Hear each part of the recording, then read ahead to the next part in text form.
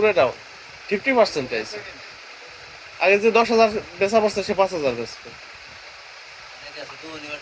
আমার দোকানে আপনি এসে নিচ্ছেন না অর্ডার, দেখছেন এরকম ফাঁকা কোন সময়? আপনি বাইরে আপনি সহ আপনার যত এসআর ছিল সব থাকতেন বাইরে। আর এখন এখন এই যে 2-3টি আইছেন এই 3 সপ্তাহ হিতে বিপরীত ভাই। সব জায়গায় আমি এই যে এসআর কাছে কেন জিজ্ঞেস করি, দেখা গেছে এটা তো আমাদের একটা অঞ্চল, মানে আমাদের অঞ্চলটা হয়তো ডাব্বা খেতে পারে।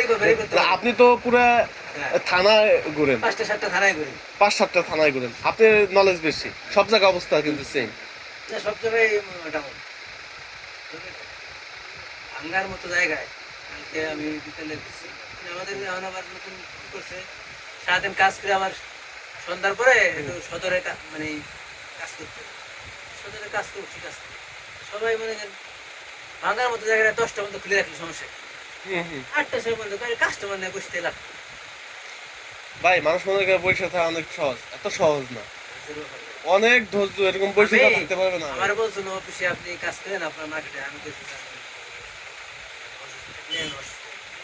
যারা বাইরে থাকে অভ্যাস, তারা জীবন অফিসে কাজ করতে পারে।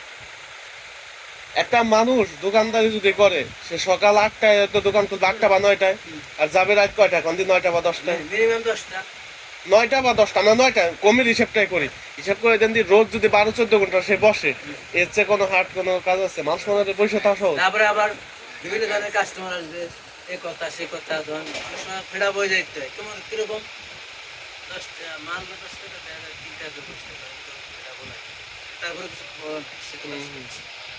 সেটা বিষয়।